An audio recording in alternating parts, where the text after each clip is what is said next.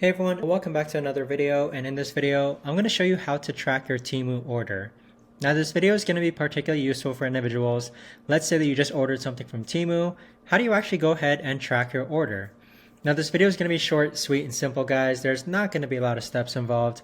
Now the way this actually works is that once you order an item from Temu, you want to go ahead and click on Orders and Account. And then from here, you're going to scroll down, and this is where you're going to see all your orders that you've placed. So for example, if we want to see or track this order here, which is a printer, we're just going to go ahead and click on track. And right over here, it is blurred out, but I'm just going to scroll a bit down. So here's where you could actually go ahead and track your order. So right here, we have shipping details.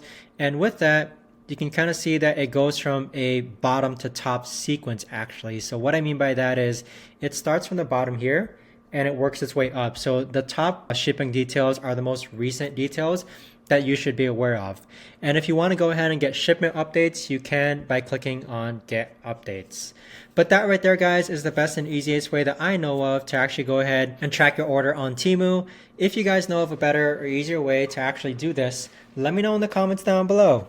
I would love to know. Thanks so much for watching, everyone, and I'll see you guys all in the next video.